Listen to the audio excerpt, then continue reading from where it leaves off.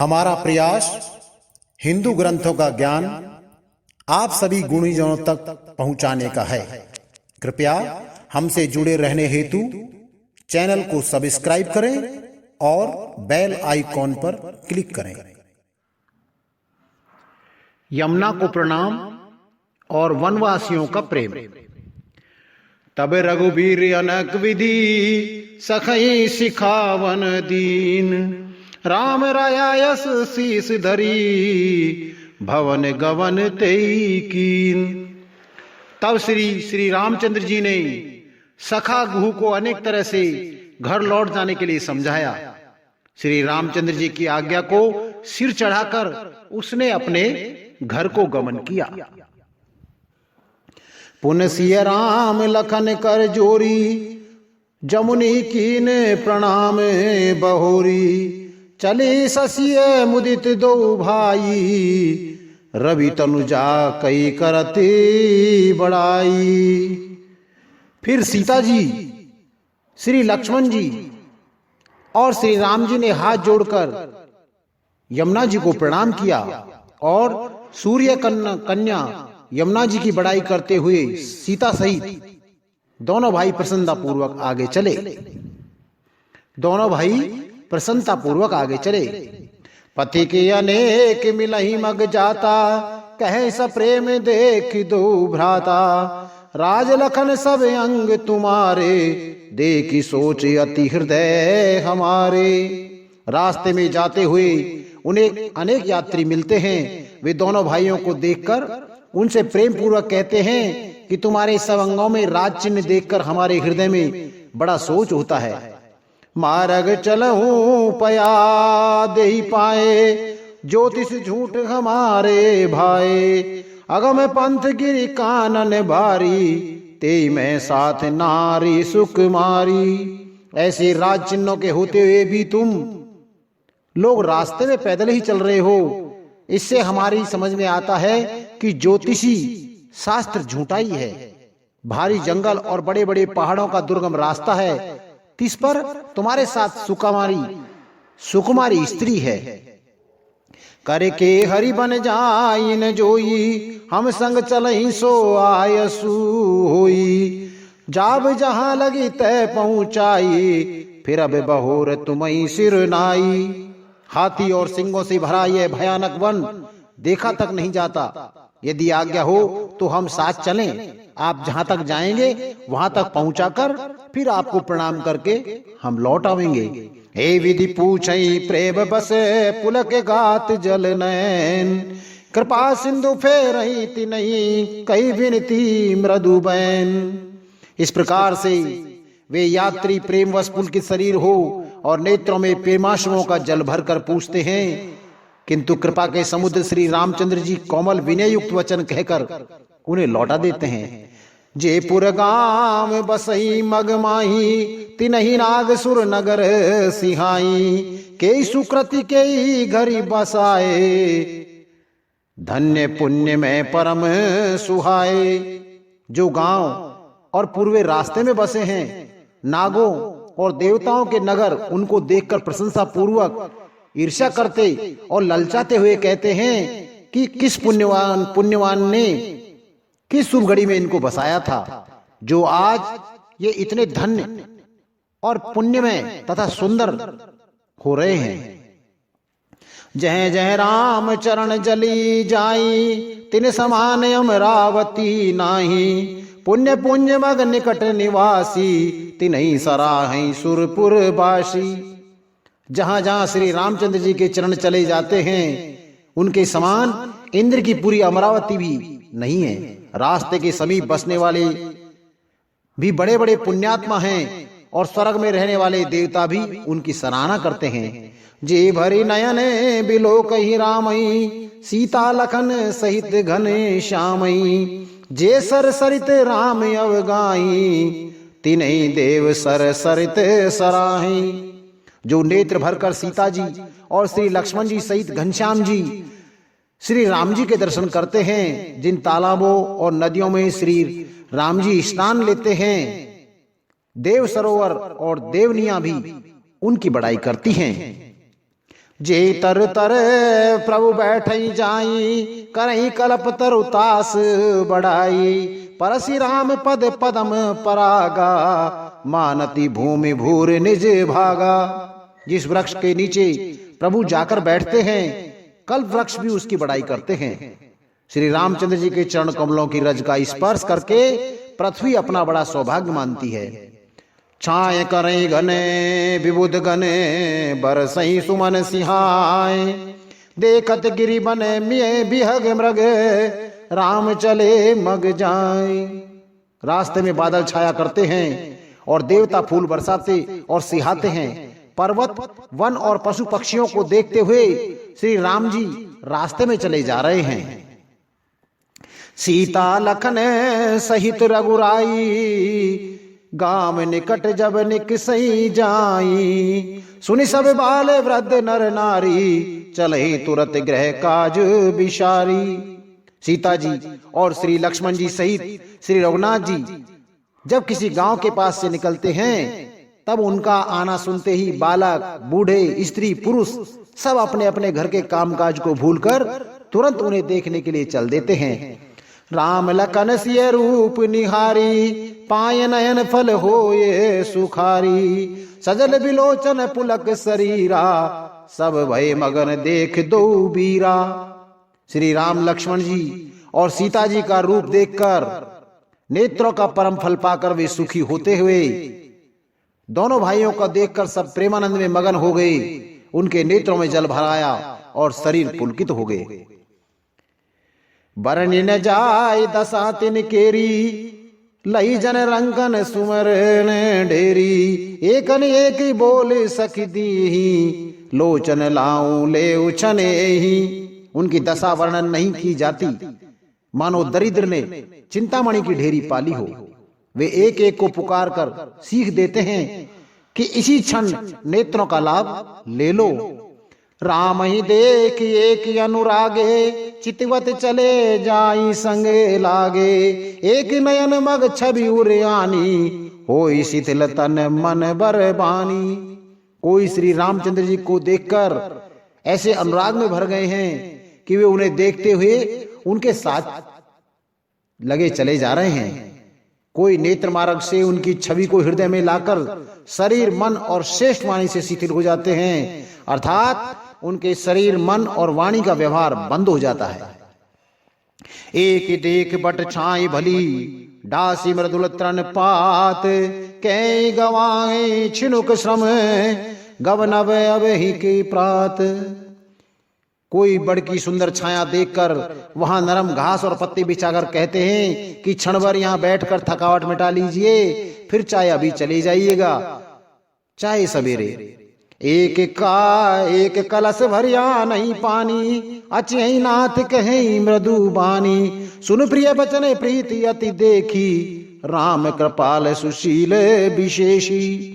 कोई घड़ा भरकर पानी ले आते हैं और कोमल वाणी से कहते हैं कि हे नाथ, आचमन तो कर लीजिए।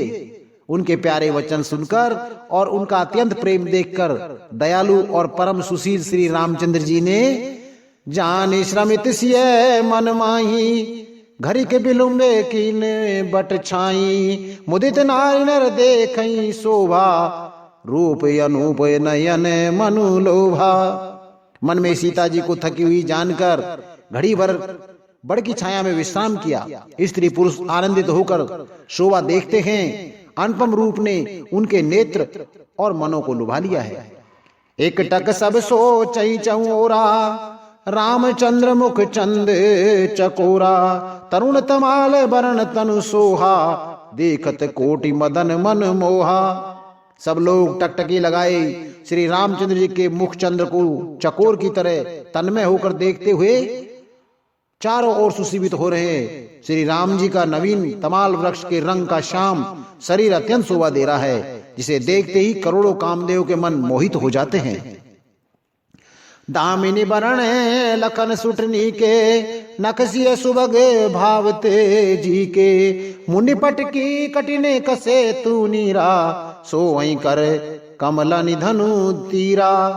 बिजली के से रंग के लक्ष्मण जी बहुत ही भले मालूम होते हैं। वे नख से सिका तक सुंदर हैं और मन को बहुत भाते हैं। दोनों मुनियों के वलकल आदि वस्त्र पहने हैं और कमल में तरकस कसे हुए हैं। कमल के समान हाथों में धनुष बाण शोभित हो रहे हैं। जटा मुकुट शीशन सुभग उर्भुज नयन विशाल, शरद परब विदु बदन वर लसत स्वदे स्वेद कन जाल। उनके सिरों पर सुंदर जटाओं के मुकुट हैं, वक्ष स्थल भुजा और नेत्र विशाल हैं और शरद पूर्णिमा के चंद्रमा के समान सुंदर मुखों पर पसीने की बूंदों का समूह शोभित हो रहा है। बरने न जाए मनोहर जोरी, शोभा बहुत थोरी मती मोरी। राम लखन सिय सुंदर ताई, सब चित वही चित मन मती लाई। उस मनोहर जोड़ी का वर्णन नहीं किया जा सकता, क्योंकि शोभा बहुत अधिक है और मेरी बुद्धि बहुत थोड़ी है। श्री राम, लक्ष्मण जी और सीता जी की सुंदरता को सब लोग मन, चित्र और बुद्धि तीनों को लगाकर देख रहे हैं। थके नारी नर प्रेम पियासे, मन हो मृगी मृग देख दिया से। सिय समीप ग्राम तिय जाई, पूछत अति स्नेह सकुचाई। प्रेम के प्यासे वे गांव के स्त्री पुरुष इनके सौंदर्य माधुर्य की छटा देखकर ऐसे थकित रह गए जैसे दीपक को देखकर हिरणी और हिरण निस्तब्ध रह जाते हैं। गांव की स्त्रियां सीता जी के पास जाती हैं, परंतु अत्यंत स्नेह के कारण पूछते सकुचाती हैं। बार बार सब लागई पाए, कहीं बचन मृदु सरल सुभाए। राजकुमार बिने हम करही, तिये सुभाए कुछ पूछत डरही। बार बार सब उनके पांव लगती हैं और सहज ही सीधे साधे कोमल वचन कहती हैं कि हे राजकुमारी, हम विनती करती यानी कुछ निवेदन करना चाहती हैं, परंतु स्त्री स्वभाव के कारण कुछ पूछते हुए डरती हैं। स्वामी ने अभिनय क्षमा भी हमारी, बिलग्न मानव जाने गंवारी। राजकुंवर दो सहज सलोने, इन तेलई दुति मरकत सोने। हे स्वामिनी, हमारी ठिठाई क्षमा कीजिएगा और हमको गंवारी जानकर बुरा न मानिएगा। ये दोनों राजकुमार स्वभाव से ही लावण्य में यानी परम सुंदर हैं और मकरतमणि यानी पन्ने और स्वर्ण कांति इन्हीं से पाइए। अर्थात मरकतमणि में और स्वर्ण में जो हरित और स्वर्ण वर्ण की आभा है, वह इनकी हरिताभ नील और स्वर्ण कांति के एक कण के बराबर भी नहीं है। श्यामल गोर किशोर बर सुंदर सुषमाएं, शरद सरवरी नाथ मुख शरद सरोरुह नयन। श्याम और गौर वर्ण हैं, सुंदर किशोर अवस्था है, दोनों ही परम सुंदर और शोभा के धाम हैं। शरद पूर्णिमा के चंद्रमा के समान इनके मुख और शरद ऋतु के कमल के समान इनके नेत्र हैं। मास परायण 16वां विश्राम और नवापरायण 4था विश्राम। कोटि मनोज लजावन हारे, सुमुख कहूं को ही तुम्हारे। सुन स्नेह में मंजुल बानी, सकुची सिय मन महु मुस्कानी। हे सुमुखी, कहो तो अपनी सुंदरता से करोड़ों कामदेव को लजाने वाले ये तुम्हारे कौन हैं? उनकी ऐसी प्रेममयी सुंदर वाणी सुनकर सीता जी सक्सा गई और मन ही मन मुस्कुराई। तिनहि बिलोक बिलोकत धरणी, दूं सकोच सकुचित बर बरणी। सकुचि सप्रेम बाल मृग नैनी, बोली मधुर वचन पिक बैनी। उत्तम गौर वर्ण वाली सीता जी उनको देखकर संकोचवश पृथ्वी की ओर देखती हैं। वे दोनों ओर के संकोच से सक्सा रही हैं, अर्थात न बताने में ग्राम की स्त्रियों को दुख होने का संकोच है और बताने में लज्जा रूप संकोच। हिरण के बच्चे के सदृश नेत्र वाली और कोकिल की सी वाणी वाली सीता जी सक्सा कर प्रेम सहित मधुर वचन बोली। सहज सुभाय सुभग तन गोरे, लाम लखन लघु देवर मोरे। बहुरी बदन विदु अंचल ढाकी, पिय तन चितई भोए कर बाकी। ये जो सहज स्वभाव सुंदर और गौरे शरीर के हैं, उनका नाम लक्ष्मण है। ये मेरे छोटे देवर हैं। फिर सीता जी ने लज्जावश अपने चंद्रमुख को आंचल से ढककर और प्रियतम श्री राम जी की ओर निहार कर भौं टेढ़ी करके खंजन मंजू तिरछे नैनी, खंजल मंजू तिरछे नैननी, निज पति कहूँ तिनहि सिय शैननी, भई मुदित सब ग्राम बधूटी, रंकन राय रास जन लूटी। खंजन पक्षी के से सुंदर नेत्रों को तिरछा करके सीता जी ने इशारे से उनसे कहा कि ये श्री रामचंद्र जी मेरे पति हैं। ये जानकर गांव की सब स्त्रियां इस प्रकार आनंदित हुई मानो कंगालों ने धन की राशियां लूट ली हो। अति सप्रेम सिय पाए परी, बहुविधि दे शीस, सदा सुहागिन होय तुम, जब लग मही आशीष। वे अत्यंत प्रेम से सीता जी के पैरों पकड़कर बहुत प्रकार से आशीष देती हैं, यानी शुभकामना करती हैं कि जब तक शेष जी के सिर पर पृथ्वी रहे तब तक तुम सदा सुहागिन बनी रहो। पार्वती समपति प्रिय हो, देवी ने हम पर छाड़ब छो, पुनि पुनि विनय करई कर जोरी, जो ही मार्ग फिरही बहोरी। और पार्वती जी के समान आपके पति की प्यारी हो। हे देवी, हम पर कृपा ने छोड़ना, यानी बनाए रखना। हम बार बार हाथ जोड़कर विनती करती हैं, जिसमें आप फिर इस रास्ते से लौटें। दर्शन देव जान निज दासी, लखी सिंह सब प्रेम पियासी, मधुर बचन कही कहीं पर तोसी, जन कुमुदनी को मुदी पोशी। और हमें अपनी दासी जानकर दर्शन दे। सीता जी ने उन सबको प्रेम की प्यासी देखा और मधुर वचन कहकर उनका भली भांति से संतोष किया, मानो चांदनी ने कुमुदनियों को खिलाकर पुष्ट कर दिया हो। तमहि लखन रघुवीर रुख जानी, पूछे उमग लोगनी मृदु बानी, सुनत नारी नर भय दुखारी, पुलकित गात बिलोचन बारी।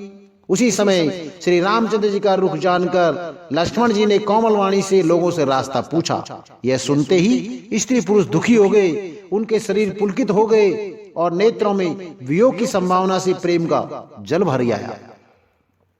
मिटा मोदे मन भय मलीने, विधि निधि दीन लेत जन छीने, समुझ कर्म गति धीरज कीना, सोधि सुगम मगुतिन कहीं दीना।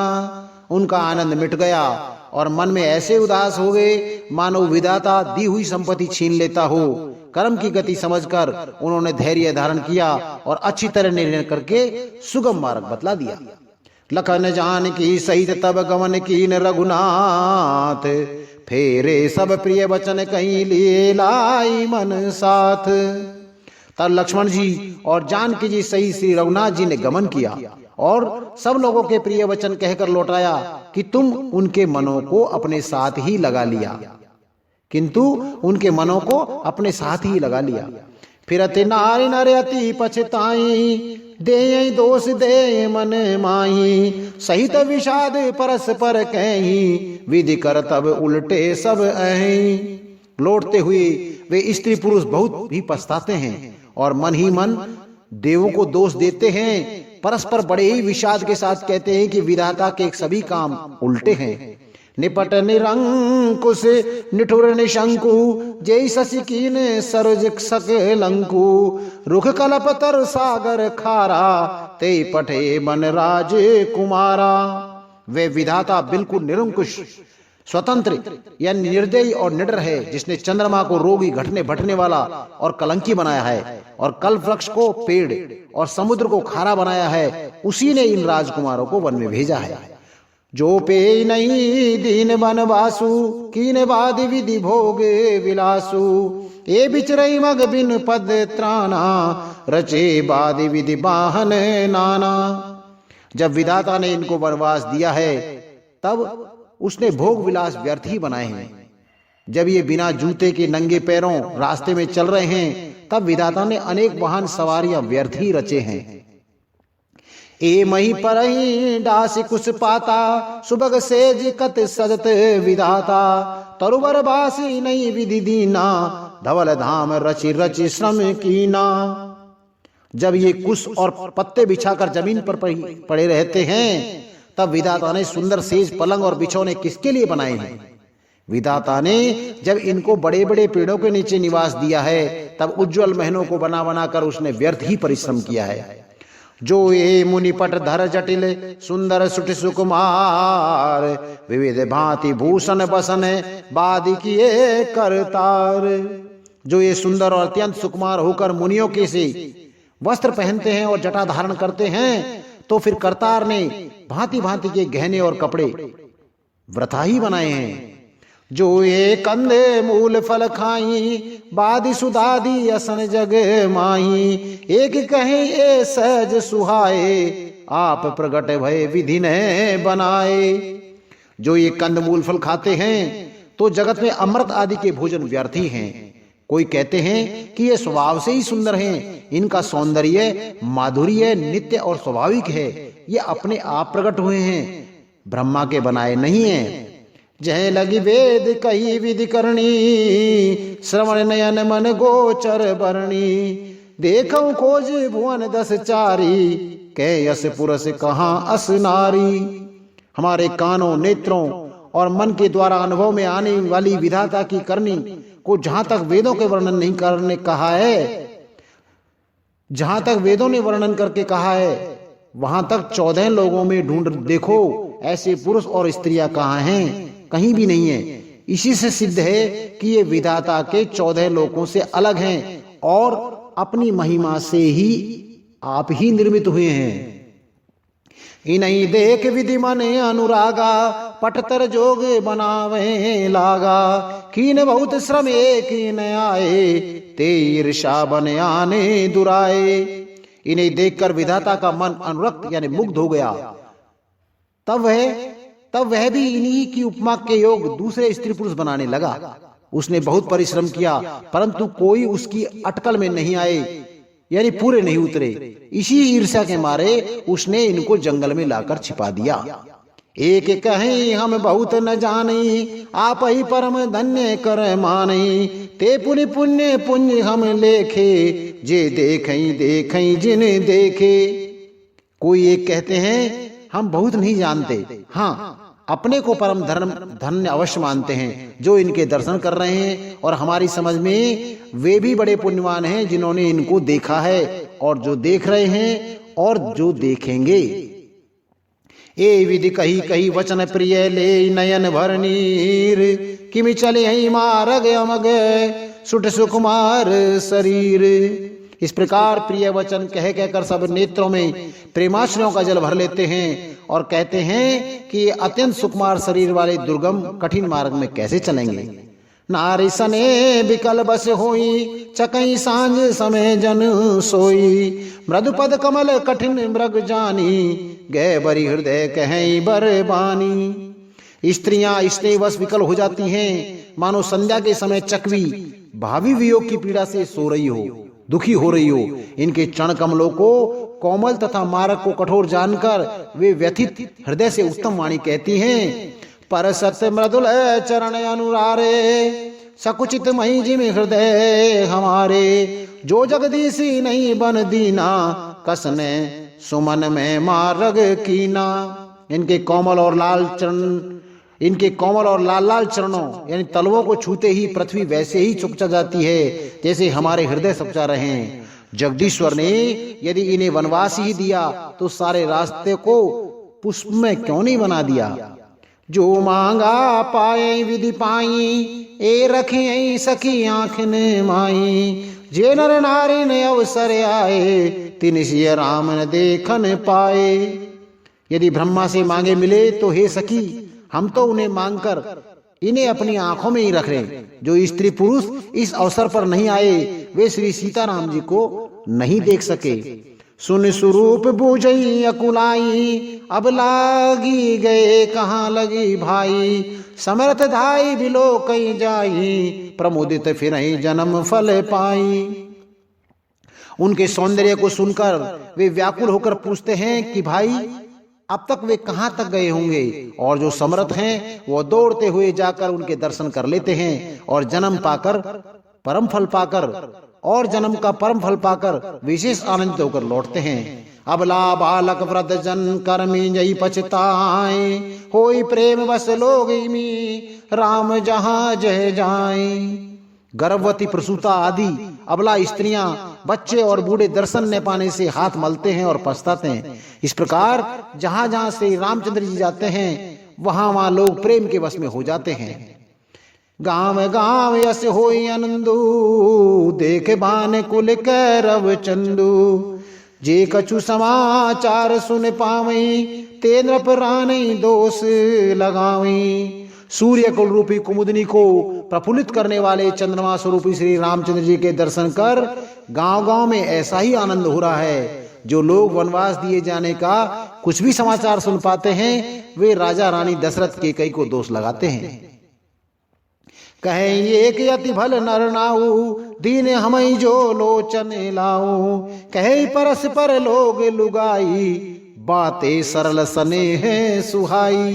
कोई कहते हैं कि राजा बहुत ही अच्छे हैं जिन्होंने हमें अपने नेत्रों का लाभ दिया। स्त्री पुरुष सभी आपस में सीधी स्नेह भरी सुंदर बातें कर रहे हैं। ते पित मात धन्य जिन जाए, धन्य सो नगर जहां ते आए, धन्य सो देश सैल बन गाऊं, जय जय जाई धन्य सोई ठाऊं।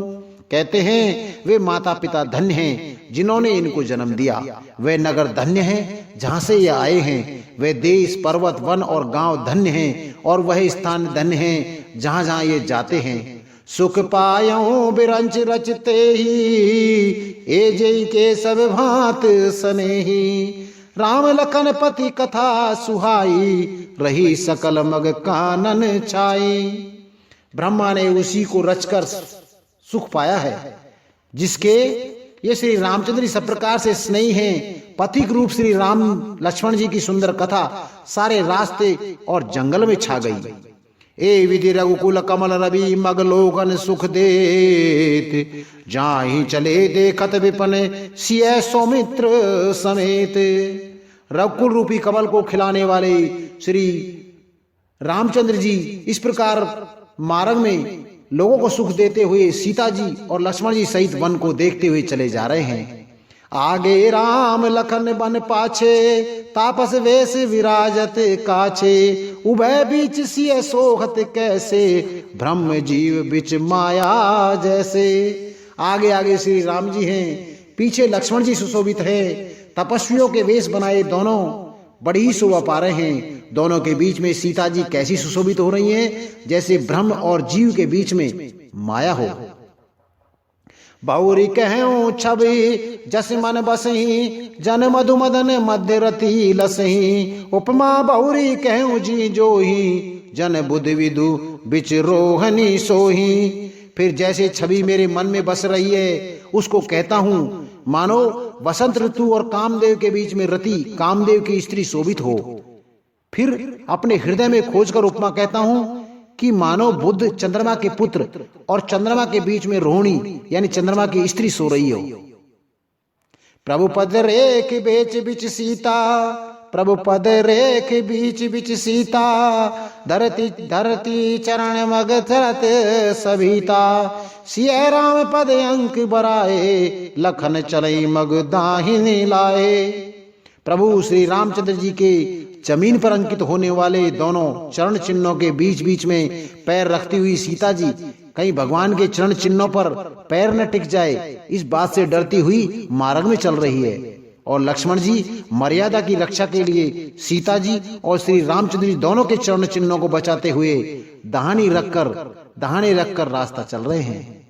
राम लखन सिय प्रीत सुहाई, बचन ये गोचर किम कहीं जाई, खग मृग मगन देख छवि होई, लिए चोर चित राम बटोही।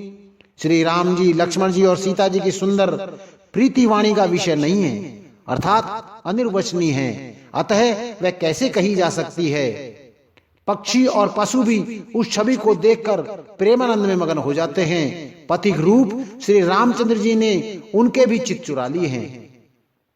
जिन जिन देखे पथक प्रिय, जिन जिन देखे पथिक प्रिय, सिय समेत दो भाई, भव मगु अगम आनंद ते, बिन श्रम रहे सिराय। प्यारे पथिक सीता जी सहित दोनों भाइयों को जिन जिन लोगों ने देखा उन्होंने भव का अगम मार्ग यानी जन्म मृत्यु रूपी संसार में भटकने का भयानक मार्ग बिना ही परिश्रम आनंद के साथ तय कर लिया। अर्थात वे आवागमन के चक्र से सहज ही छूटकर मुक्त हो गए। अजहू जास उर सपने उकाहू बसऊ लखन सिय राम बटाऊं।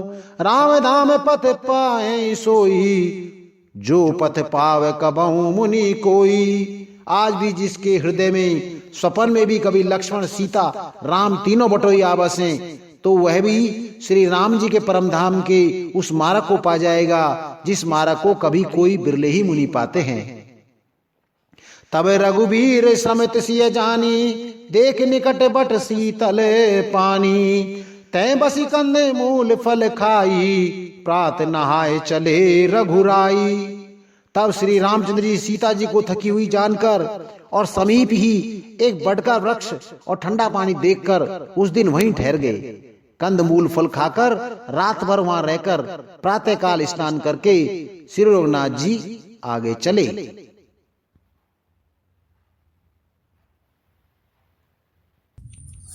अर्थ सहित संपूर्ण रामचरितमानस सुनने के लिए हमारे अगले अंकों को निरंतर सुनते रहें।